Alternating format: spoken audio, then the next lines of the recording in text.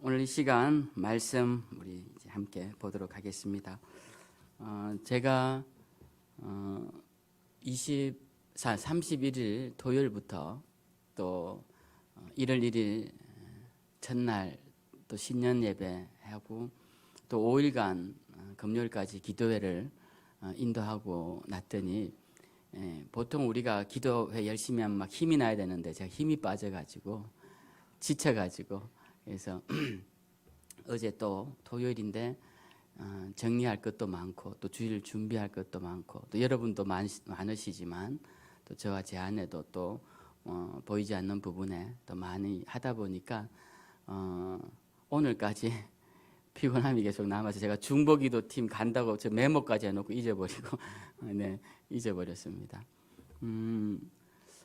오늘 그래서 제가 말씀을 드렸는데 기침도 자꾸 나고 해서 우리 권사님 한 분이 용각산이라는 그 알사탕으로 이 용각산이 알사탕으로 나오는 게 있더라고요. 그걸 주셔서 제가 지금 먹고 올라왔는데 자꾸 기침도 나고 해서 오늘 말씀을 좀 짧게 하도록 그렇게 하겠습니다. 네. 보통 이렇게 하면 좋아들 하시는데 우리 성도님들은 워낙 긴 설교에 또 익숙하시고 제가 설교를 한 40분에서 50분 한다면 목사님이 되게 놀라세요. 주일 설교를 그렇게 길게 하냐고. 근데 오늘 좀 짧게 말씀을 드리고자 합니다. 또 광고도 길었고 또 예배 후에 사무 처리회도 있고 해서 제가 좀 또 저도 좀 그래서 몸이 좀 피곤해서 제가 좀 짧게 하도록 그렇게 하겠습니다. 이해해 주시고요. 우리가 지금 6일 동안 성령 충만한 사람이 됩시다 라는 말씀을 드렸습니다. 성령 충만한 사람이 되자고 제가 고래고래 고함을 지르면서 지금까지 말씀을 드렸어요. 그래서 여러분들이 다 말씀을 6일 동안 들으면서 2023년도는 정말 성령 충만을 위해 기도하는 자가 되어야 되겠다 이렇게 다짐을 하셔서리라도 생각하고 또 아직 못하신 분들은 다시 한번 다짐하셔서 성령 충만한 은혜를 받기를 먼저 주님의 이름으로 축원드립니다. 우리가 기도회 기간과 또 주일 예배 시간을 통하여서 말씀을 묵상 드릴 때 할 때 예수님께서 가장 처음 만나 주셨던 사람이 있습니다. 물론 예수님 생전에 만나 주신 건 아니지만 지난 주일에 보았던 스데반 집사였습니다. 이 스데반 집사님은 사도행전 6장에 등장해서 7장에서 죽기까지 단 2장에 걸쳐서 짧고 강렬하게 등장하시죠. 그의 등장은 성령 충만한 사람이었더라라고 시작해서 그 이름이 나오고 마지막에 죽을 때도 그는 성령 충만하여 예수님의 서신 것을 보았더라 하고 죽습니다. 그러니까 스데반의 일생은 성경에서 비춰주는 그의 일생은 성령 충만으로 시작해서 성령 충만으로 끝이 나더라는 것이죠. 그래서 우리도 하나님 앞에서 무엇으로 평가받을 것이냐, 우리 하나님의 평가가 제일 큰데 하나님 앞에서 무엇으로 평가받을 것이냐라고 했을 때 성령 충만했느냐, 그리고 지금 성령 충만하냐, 그리고 성령 충만함으로 인생을 마치느냐, 그것이 주님 앞에서 가장 중요한 문제다. 우리가 그것을 기억하시고 스데반 집사님을 떠올릴 때마다 그분의 순교의 정신도 배워야지만 그의 성령 충만했던 모습을 떠올리면서 우리도 성령 충만한 삶을 사시기를 부탁을 드립니다. 또 하나 말씀을 통해 보았던 사람은 사마리아 여인이죠.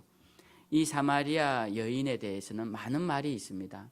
근데 성경에서는 이 사마리아 여인에 대해서 아주 단편적인 지식을 전해주는데요. 그가 남편이 6번째 남편과 살고 있다는 것과 사람들이 물길로 잘 오지 않는 한낮에 물길로 왔다는 것, 그리고 예수님이 그에게 남편을 데리고 오라고 했다는 사실, 이런 몇 가지 사실을 통해 이 여인이 어떤 여인이었을까 짐작을 하게 하는데 분명한 것은 우리가 생각에는 그녀가 영적인 것을 논하기에는 그의 삶이 너무 육적인 모습들이 많다. 물론 그녀의 잘못 때문만은 아닐 수도 있겠지만 우리가 보여주는 그 성경의 내용만 보았을 때는 그러한데 예수님께서 이 여인에게 무엇을 이야기하시냐면 네가 하나님께 예배하려면 영의 사람이 되어야 한다 이렇게 말씀을 하시는 겁니다. 우리는 흔히 보통 이런 이야기를 좀 영적인 삶을 살고자 뭔가 사모하고 또 뭔가 성서적인 지식과 또 종교적인 삶을 살아내는 사람들한테 당신 영적인 사람이 되어야 합니다라고 잘 풀어서 설명할 텐데, 세상에 육적으로 살아가는 그런 모습이 보이는 사람에게 세상 사람들이 볼 때는 정말 이 여인은 육적인 사람이다 라고 할 만한 여인을 향해서 주님은 네가 영으로 예배를 드려야 된다라고 말씀을 하세요.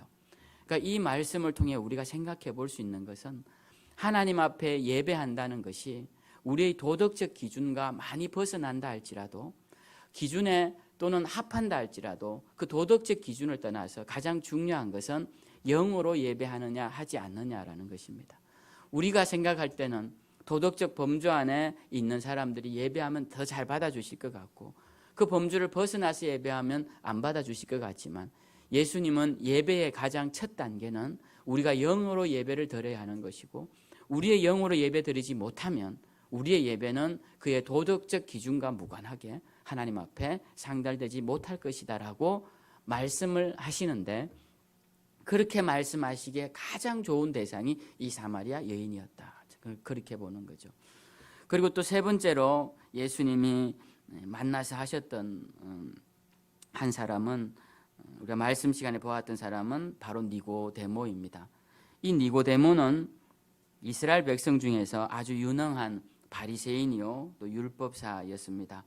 그는 그 당시에 엘리트였고 지위도 학식도 모든 면에서 그는 엘리트였습니다.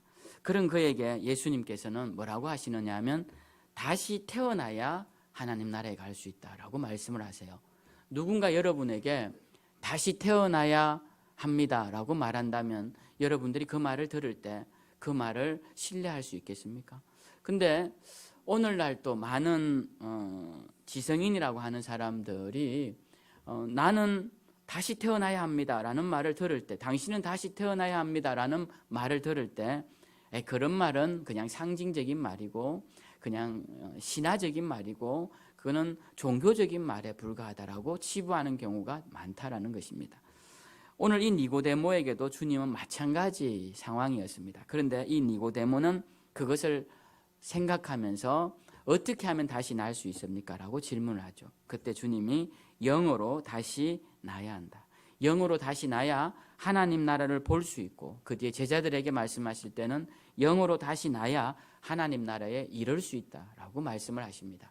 그러니까 하나님 나라에 들어가는, 하나님 나라를 보고 하나님 나라에 가는, 그 천국에 들어가는 가장 기본적인 요건은 무엇이냐면 우리의 영이 살아나야 하는 것이고 성령으로 우리의 영이 회복되어야 가능하다라는 겁니다. 그래서 우리의 영이 살아나지 않으면 우리는 예배를 하는 것도 무의미하고 하나님 나라에 갈 수도 없는 그런 자들이다라는 걸 우리가 잊지 말아야 합니다. 그럼 우리의 영이 살아나는 유일한 방법이 무엇이냐? 말씀드렸다시피 성령이 우리 가운데 오셔야 합니다.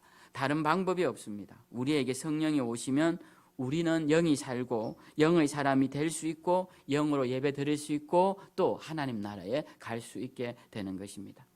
오늘 읽은 로마서 말씀 8장 9절에 보면 만일 너희 속에 하나님의 영이 거하시면 너희가 육신에 있지 아니하고 영에 있나니 누구든지 그리스도의 영이 없으면 그리스도의 사람이 아니라라고 말씀하십니다.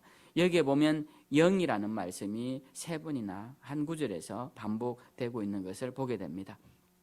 지금 이 이야기는 영적인 이야기라서 그런 겁니다. 사도 바울은 로마 교인들 향하여서 너희 속에 하나님의 영이 거하시면 너희가 육신이 되지 아니하고, 그러니까 육적인 삶을 살지 아니하고 영에 거하게 되는데 누구든지 그리스도의 영이 없으면 그는 그리스도의 사람이 아니다라고 말씀합니다. 우리가 그리스도인이다라고 말씀드릴 때 우리에게 그리스도의 영이 없으면 우리는 그리스도인이 아니라고 사도 바울은 분명하게 단언하고 있다는 것입니다. 우리는 성령님의 임재하신 영의 사람이 되지 않고서는 하나님의 나라를 볼 수도 없고 또 하나님께 온전히 예배드릴 수도 없고 그리고 더 나아가서 아예 그리스도인이라고도 할 수 없는 상황에 이른다라는 것입니다. 그렇기 때문에 우리는 하나님의 영, 성령을 사모해야 합니다. 우리 가운데 임재하셔서 우리를 주관하시도록 기도하며 기다리시면 성령님은 우리에게 오십니다. 성령님의 임재는 예수님을 믿는 자들에게 주신 하나님의 약속이다라는 것입니다. 그러면 오늘 제가 왜 이렇게 성령님에 대한 임재를 사모하라고 자꾸 말씀을 드리느냐 하면 성령님이 계신 줄도 모르고 예수님을 믿는 사람들이 있더라는 것입니다. 사도시대 때도 그런 사람들이 있었는데 사도 바울이 에베소에 갔더니 예수님을 믿는 사람들을 만나요. 그래서 그들에게 너희가 성령을 받았느냐라고 물어보니 우리는 성령이 계신 줄도 모른다라는 대답을 듣습니다. 그래서 사도 바울이 성령님에 대해서 지식을 전달해주고 그리고 성령의 임재를 위해 함께 기도하기 시작합니다. 그러니까 그들에게 성령님이 임재하시는 역사가 성경에 나타납니다. 우리가 이것을 참 주의 깊게 보아야 합니다. 성령님이 계신 줄도 모르고 성령님의 임재도 사모하지 않는다면 우리에게 성령님이 임재할 가능성은 굉장히 희박합니다. 물론 하나님의 섭리에는 우리가 다 풀 수 없는 내용들이 많습니다. 그래서 교리가 100을 다 설명하지 못해요. 우리가 아주 일부분만을 설명해도 잘하는 것이겠죠. 그렇기 때문에 성령의 임재가 꼭 제가 말한 방식대로만 임재하는 건 아닙니다. 하나님의 주권적 뜻에 따라 임재하시는 거예요. 그래서 우리가 그 부분에 대해서 하나님께 열린 마음으로 바라보아야 하지만 그러나 성경에서 많이 말씀하고 있는 내용 그걸 기준으로 해서 보았을 때는 성령의 임재는 사모하는 자들에게 이루어지더라는 것입니다. 아까 예로 들어 말씀드린 에베소 성도들처럼 그렇다 말입니다. 그러니까 우리가 성령님의 임재를 사모하고 성령님에 대한 지식을 가지고 기도할 때 성령님이 임재하신다는 거예요. 여러분 이것이 왜 중요한지 한번 생각해 봅시다. 세상에 나가면 많은 사람들이 하나님을 믿어요. 종교를 가집니다. 그 하나님의 이름이 서로 다르기도 하고 심지어는 내가 믿는 하나님의 이름이 뭔지도 잘 몰라요. 그리고 어떤 사람들은 당신이 믿는 하나님께 나도 기도하고 또 저 하나님께도 기도하고 이렇게 여러 자신을 섬기기도 합니다. 자, 이런 사람들은 하나님에 대한 지식이 없어요. 근데 똑같이 우리에게 와서 나도 하나님 믿어 라고 해서 우리가 똑같은 하나님을 믿는 사람일까요? 그렇지 않다라는 것입니다. 하나님을 믿는 사람들이 자기가 믿는 하나님이 누군지도 모르고 믿는다면 그것은 신앙이라 할 수 없겠죠. 성령의 임재도 마찬가지입니다. 우리에게 성령님이 계신 줄도 모르고 성령님이 임재하셔야 영이 산다는 것도 모르고 그러니 성령의 사모함도 바라지 않는데 어떻게 성령님이 역사하시겠냐는 거예요. 그냥 우리가 교회에 나와서 몇 년이고 앉아있다고 성령님이 임재하시는 것이 아니라 우리가 사모해야 할 분이 누구신지에 대한 분명한 지식을 가지고 그분을 기다리는 자세가 굉장히 중요하다는 겁니다. 사도행전에 보면 오순절에 마가의 다락방에서 성령의 임재가 일어날 때 거기 보면 기도했다는 내용이 나와 있지 않아요. 거기 모여있더니라고 되어 있습니다. 그럼 모여서 무엇을 했을까 생각할 때 사람들이 기도했을 것이다. 그전에도 기도했다는 말이 나오니까 그렇게 짐작하는 거예요. 그런데 제가 볼 때는 기도만 한 것이 아니에요. 모여서 찬양도 했을 것이고 그리고 서로 믿음의 대화도 했을 것이고 여러 가지 기도도 물론 했겠죠. 그 모든 과정을 다 종합적으로 뭐라고 설명할 수 있냐면 기다렸다라는 겁니다. 기다렸다. 그래서 예수님이 성천하시기 전에 너희는 예루살렘을 떠나지 말고 성령이 임하실 때까지 기다려라고 하십니다. 그러니까 기다린 겁니다. 우리도 마찬가지예요. 우리의 기도도 기다림의 한 표현입니다. 우리의 찬양도 기다림의 한 표현이고요. 중요한 것은 기다리는 자와 기다리지 않는 자와의 결과는 너무 다르다라는 겁니다. 똑같이 신랑 신부를 기다렸던 처녀들이 있죠. 어떤 처녀는 잘 기다리기 위해서 기름을 예비하고 있었습니다. 오면 불을 밝히려고. 그런데 나머지 5 처녀는 기름을 예비하지 못했어요. 그러므로 주님 오실 때, 신랑 오실 때 온전히 예비하지 못했습니다. 성령의 임재도 이와 같습니다. 언제 오실지 몰라요. 신랑과 같이 주님이 오신다 하셨고 성령님도 그렇게 임하십니다. 그러면 우리가 해야 될 건 뭐냐면 임재를 사모하고 기다리는 것이다라는 거예요. 이것을 하지 않으면서 성령의 임재를 우리가 생각한다면 그것은 맞지 않는 것이죠. 마치 누가 결혼하는지도 모르고 결혼식장에 가는 것과 동일한 것이다라는 겁니다. 그래서 우리는 성령의 임재를 사모하며 나아가야 합니다. 그래서 오늘 여기 우리 생명새 모든 성도님들이 다 먼저 성령의 임재를 사모하시는 귀한 분들이 되시길 주님의 이름으로 축원드립니다. 두 번째로, 이 두 번째까지만 할 터인데요, 우리가 성령이 우리 가운데 임하셨으면 그러면 어떻게 되느냐? 성령의 일을 선택해야 합니다. 우리가 무엇이 영의 사람인지 육의 사람인지 알 수 있는 것은 그 열매를 보고 알 수 있는 것입니다. 그래서 로마서 8장에 보면 우리가 읽은 13절에 보면 너희가 육신대로 살면 반드시 죽을 것이로되 영으로서 몸의 행실을 죽이면 살리니 무릇 하나님의 영으로 인도함을 받는 사람은 곧 하나님의 아들이라, 이렇게 되어 있습니다. 그러니까 육신에게 져서 육의 사람이 되지 말고 영으로서 몸의 행실을 죽이라는 겁니다. 그러니까 우리 가운데 성령을 통해 영이 살아난 자들에게 하는 말이에요. 성령을 만나지 못하고 아예 영이 죽어 있는 사람에게는 선택이 필요 없습니다. 제가 선택에 대한 말씀은 금요일 아주 말씀을 많이 드렸습니다. 선택이 왜 중요한지, 선택은 하나님의 사랑의 표현이라고 말씀을 드렸죠. 우리가 이제 영이 살아남으로써 우리에게는 어떤 축복이 주어졌냐면 선택할 수 있는 축복이 주어졌습니다. 영이 살기 전에는 선택이 필요 없어요. 그냥 육신대로 살 수밖에 없습니다. 육신밖에 없으니, 육신의 생각과 육신의 정신밖에 없으니 육신대로 사는 것이죠.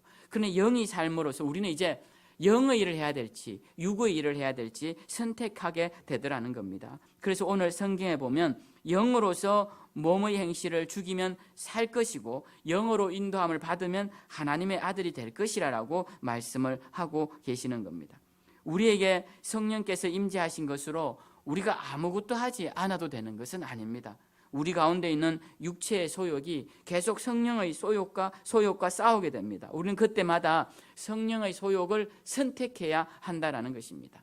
육신에게 지면 육의 사람으로 전락하고 육의 사람이 되면 육의 열매를 맺고 육의 열매는 결국은 허무한 사망에 이른다고 성경은 우리에게 가르쳐 주고 있습니다. 그렇기 때문에 우리는 매 순간 성령님의 인도를 따라 살아야 합니다. 여러분, 우리가 사람이 이렇게 있으면 우리는 정신을 가지고 있죠. 이 정신에는 지와 정과 의가 있습니다. 인식하고 느끼고 결단하는 이 지정의가 우리 정신에 있어요. 이 정신을 또 다른 말로 하면 마음과 생각이라고 할 수 있습니다. 이 모든 걸 통틀어서 우리는 뭘 하느냐? 선택을 하는 거예요. 우리 육신의 소욕을 따라 육신의 일을 선택할지 성령의 소욕을 따라 성령을 선택할지, 그것은 우리가 해야 하는 몫이다라는 겁니다. 그것을 하나님이 우리에게 주신 것이에요. 그래서 사도 바울은 너희가 영이 살아났으니 이제 정신을 똑바로 차리고 영의 일을 선택하여서 영의 사람이 되어 영의 열매를 맺고 영의 열매의 결과인 영원한 생명을 누려야 한다라고 성경은 가르쳐주고 있다는 것입니다. 그래서 우리는 오늘 말씀을 들으면서 오늘도 나는 영으로서 몸의 행실을 죽이리라. 내가 육과 합하는 순간 육이 되고 하나님과 합하면 영이 된다고 고린도서에 말씀하셨는데, 내가 주의 영과 합하여 영의 사람이 되어야 되겠다. 기도회 기간에 육의 열매 15가지를 말씀을 드렸어요. 우리는 15가지 열매를 맺지 말고 성령의 9가지 열매를 맺는 자들이 되어야 합니다. 이제 2023년도 시작되었습니다. 우리 다시 한번 마음을 다짐하시고 이 올 한 해 나는 영의 사람이 되어서 앞으로 남은 나의 생애가 영의 열매를 맺는 자들이 되어야 할 것이다. 이러한 사모함이 저와 여러분 가운데 있고 또 이 사모한 성령님의 충만한 임재와 역사가 우리 교회와 우리 온 성도님 가운데 가득하길 주님의 이름으로 축원드립니다. 우리 다 일어나셔서 우리 함께